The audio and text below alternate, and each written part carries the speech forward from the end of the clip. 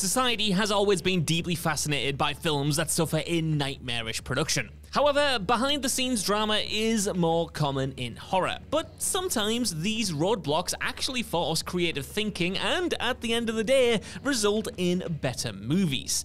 It is rare and it's a little bit paradoxical, but it does happen, and the following films prove it. With that in mind, I'm Josh from WhatCulture.com, and these are 10 horror movies that made it up as they went along, but were still awesome anyway. Number 10.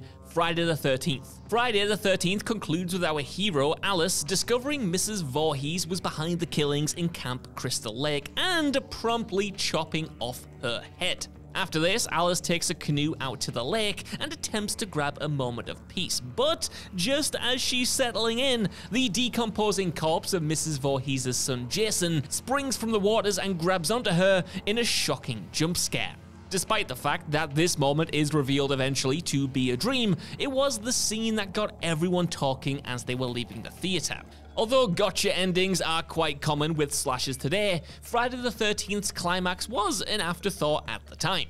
Originally, after Alice killed Mrs. Voorhees, the movie was just meant to abruptly end. But one of the film's higher-ups, it's never been confirmed who, convinced the director to incorporate this jump scare at the end. Even though Friday the 13th then only had one major last-minute change compared to the rest on this list, it is still worth mentioning since it was the best scare in the whole movie. Number 9.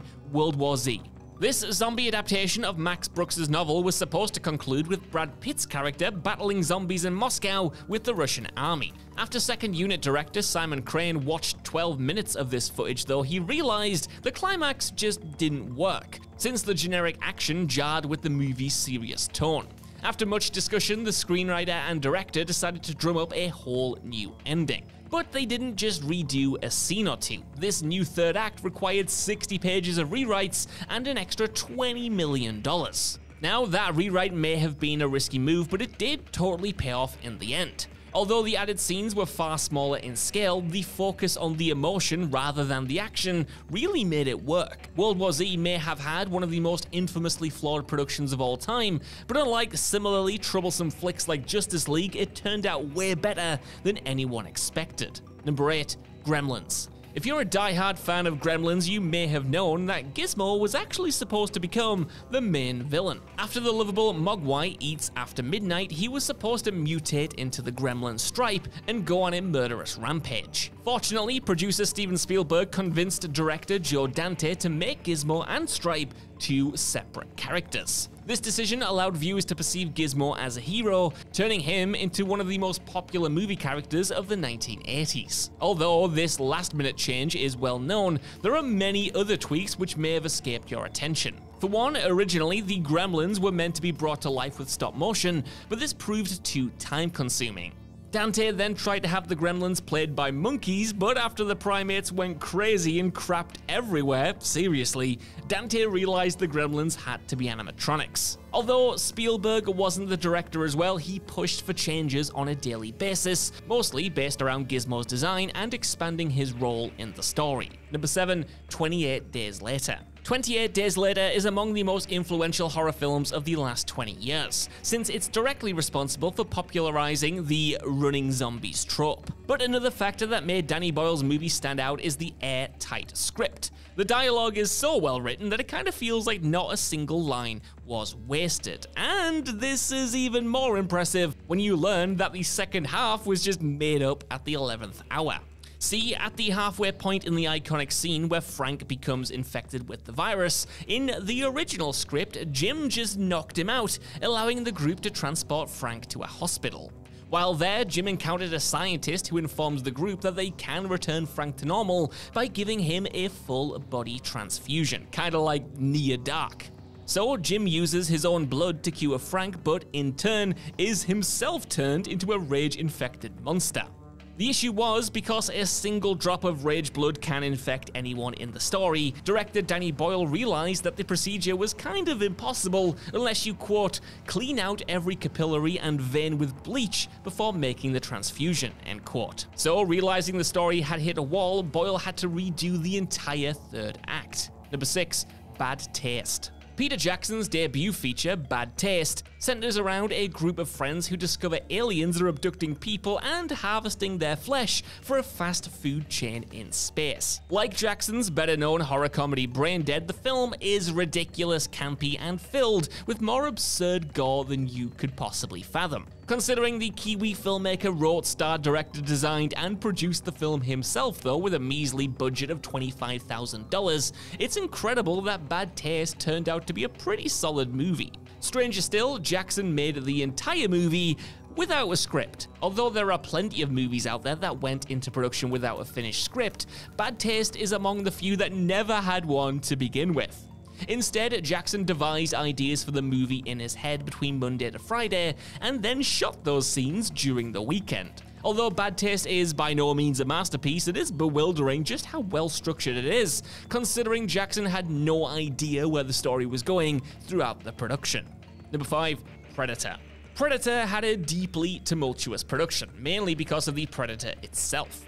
Initially, the extraterrestrial was played by a pre-fame Jean-Claude Van Damme in a god-awful costume. But due to Van Damme's short stature, he was replaced with 6'2" stuntman Kevin Peter Hall. And because the original costume looked like a duck, according to Arnold Schwarzenegger anyway, a new outfit was fashioned for Hall instead.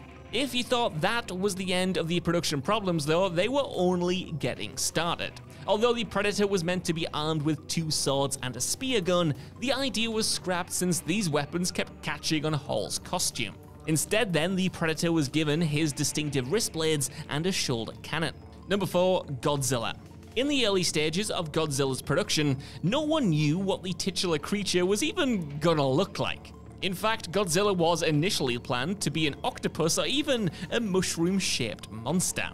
Even when the filmmakers finalized the King of the Monsters design, they intended him to be a stop-motion creation, much like King Kong. But when special effects director E.G. Tsuburaya realized this technique was too time-consuming, he encouraged the director to have an actor portray Godzilla instead.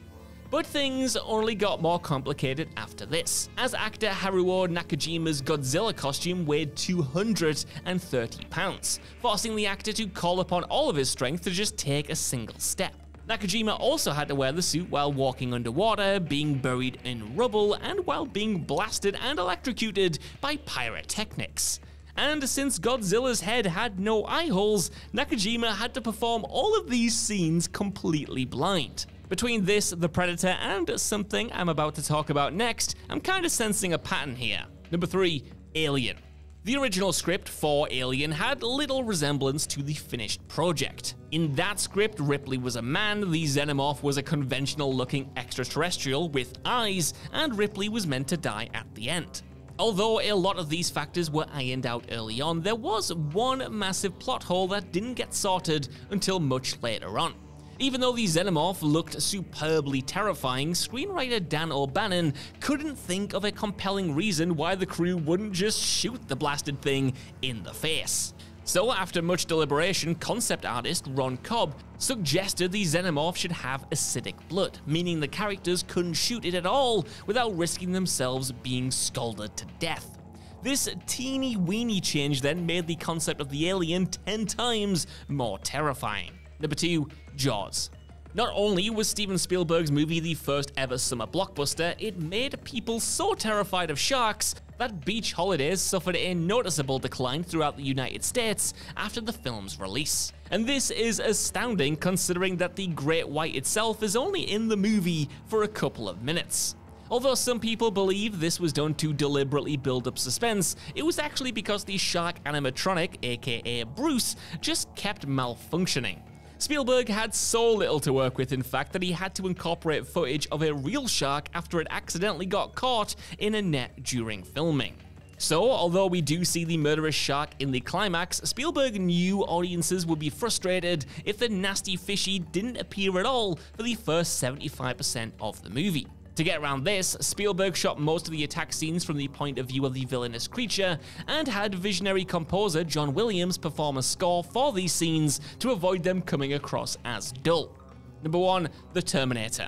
Since the beginning of his career, James Cameron has proven to be among the most influential filmmakers, as well as one of the most adaptable. Now, this last bit is important, since without Cameron's ability to adapt, he would never have finished The Terminator, regardless of his talent. See, during the production of this sci-fi classic, something went wrong daily, forcing the Canadian director to constantly scramble for a solution. Although Cameron intended to blow up a real truck for the climax, for instance, the producers just refused him, forcing the crew to build a truck miniature at the very last minute. But another last-minute change the production was forced to make was the Terminator itself, because the animatronic was so damn heavy the titular villain couldn't walk straight. So, by adding in a shot of the Terminator's damaged ankle, viewers completely understood why the killer machine moved in such a janky motion. So that's our list. I want to know what you guys think down in the comments below. Are there any horror movies like this that were totally improvised on the fly that you love? And what do you think of this lot? Let me know, and while you're down there, could you please give us a like, share, subscribe, and head over to whatculture.com for more lists and news like this every single day. Even if you don't though, I've been Josh, thanks so much for watching, and I'll see you soon.